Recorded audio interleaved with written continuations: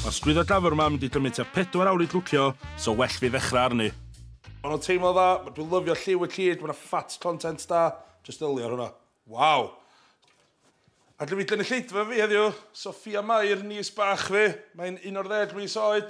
Ia, haia, haia, fes oes neu bwm dan ni. Bwm, ia.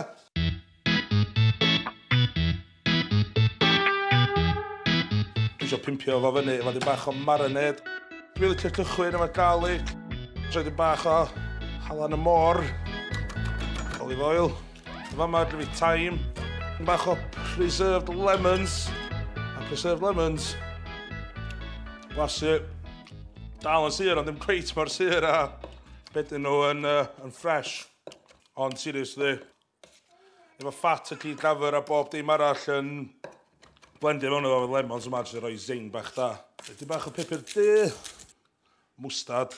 Mae o jyst yn ffordd da o baindio y marinade ar y cyd hefyd. Iawn ta, dwi'n rili hapus efo hwn o'n.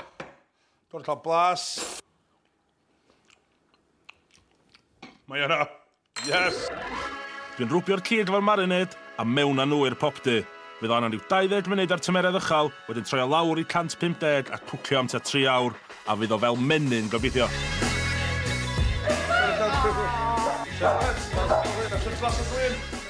Dwi hefyd yn ei llwyth o veg di rostio, cauliflower efo caws, pigs in blankets efo mel a hada sesame a greifi efo juices y gafr. Speciality mam di greifi, so well fi basio'r test. Si'n blasu'r greifi? Gwan ta. Dyna'n plesio'r greifi master.